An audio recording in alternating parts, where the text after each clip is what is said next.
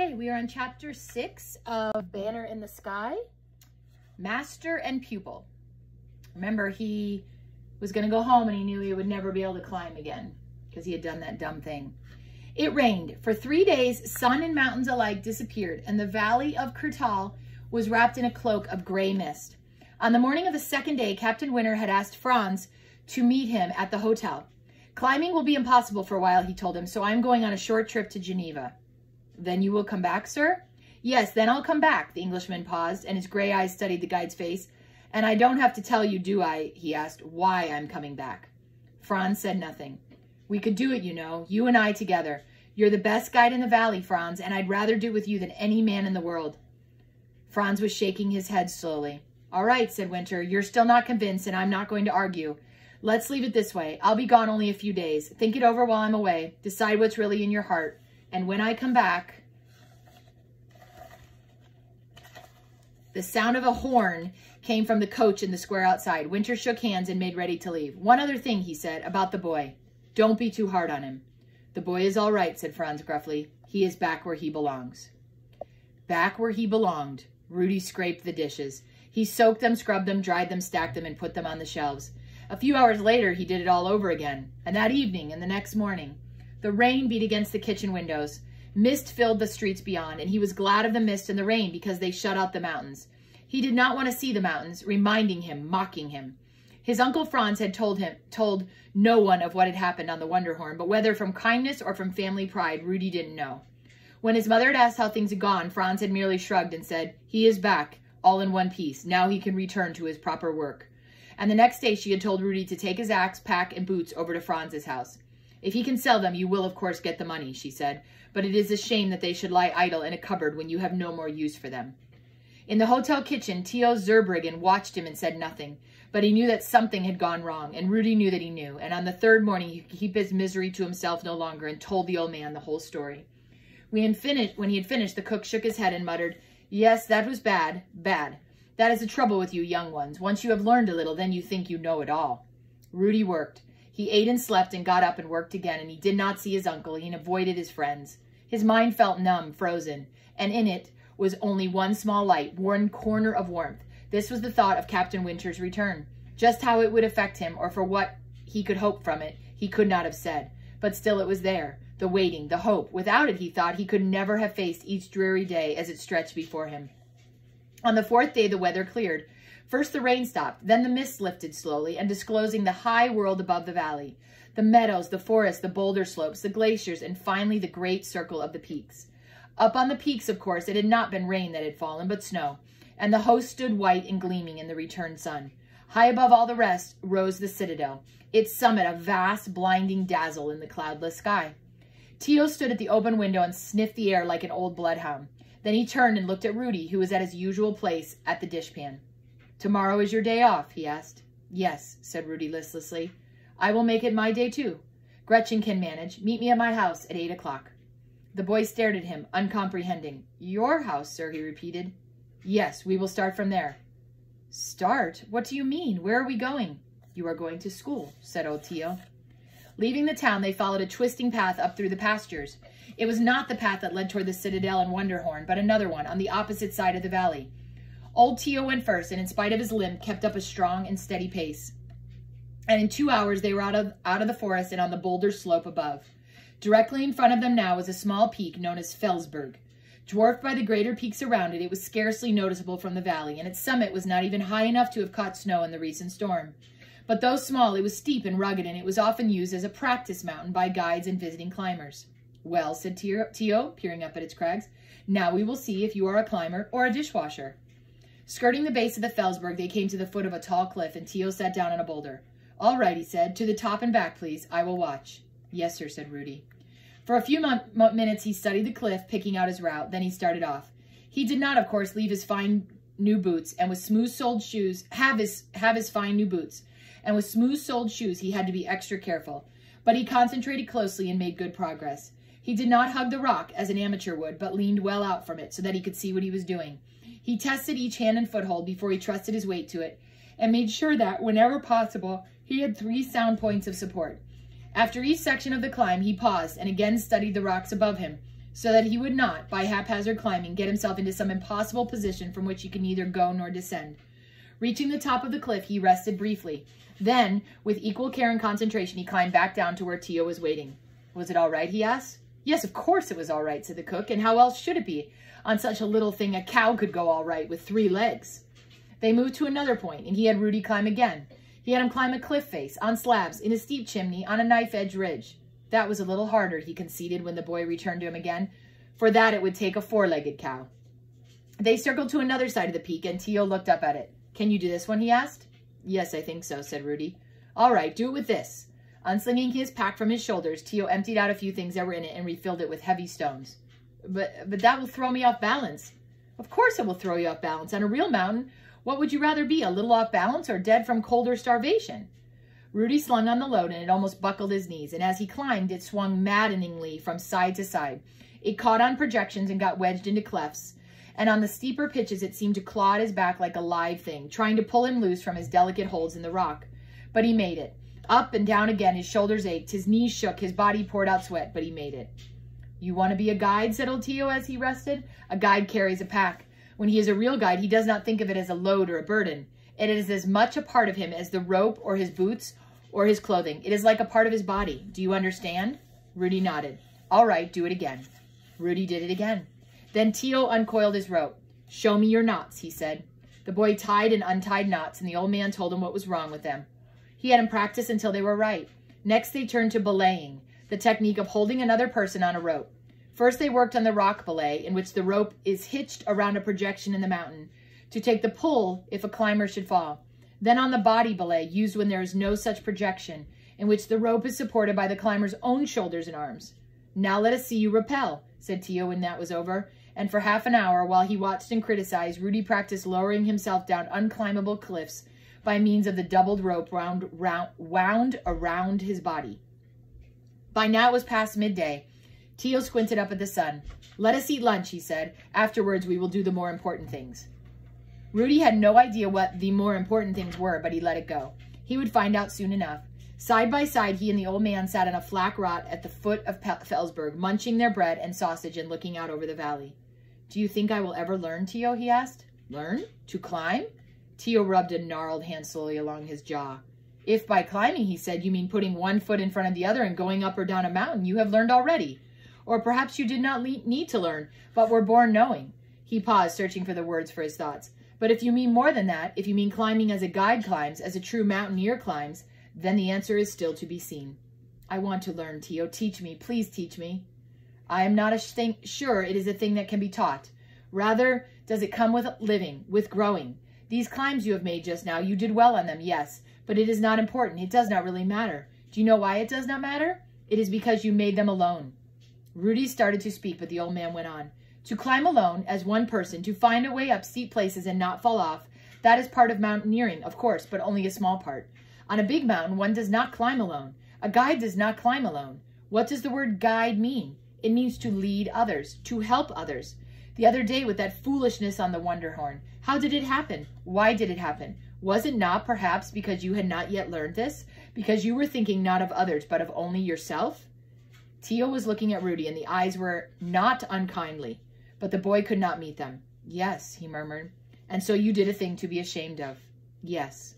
They were silent a while. The sun gleamed on the mountains. High in the sky across the valley, it struck with white fire on the crest of the citadel, untouched and inviolate since the beginning of time. You did not know your father, said old Tio quietly. Rudy shook his head. So I will tell you something about him. Your father was the best climber there had ever been in Kurtal. He was strong. He was sure. He could go places on a mountain that other men would not even dream of. But it was not only this that made him the best. It was that, how shall I say it, that he had a flame in him, a thing inside, not of the body, but of the heart. Alone of all the guides in the valley, he believed that the citadel could be climbed, and it was the hope of his life that he would be the one to do it. Tio paused and smiled a little. Perhaps you have heard, he said, that your father, when he climbed, always wore a red shirt. Yes, I have heard, Rudy murmured. And do you know why he wore it? He wore it, he said, because he knew that someday he would stand on the summit of the citadel. He would stand there and put a pole in the snow, and then he would take off the shirt and tie it to the pole like a flag. And the red flag in the sky would be seen from all the valleys and cities of Switzerland. When your father said this, he smiled. He pretended he was making a joke, but inside it was not a joke. It was what he dreamed of, what he lived for. Tio stared out at the great mountain. Then at last, he said, he had his chance. There came to Churchill the great English climber, Sir Edward Stephenson, and he too believed the citadel could be climbed and wanted to do it. He and your father talked. They made their plans. They searched and explored, and then they set out. I was the only man in the valley who would go with them, and they took me along as an assistant guide and porter. Again he paused. He looked at Rudy's face. Yes, you know the story, and you do not want to hear it again. But now you must hear it again, because it is the story of what I have been saying to you. It is a story that any boy who would be a guide must know and never forget as long as he lives. Rudy did not speak.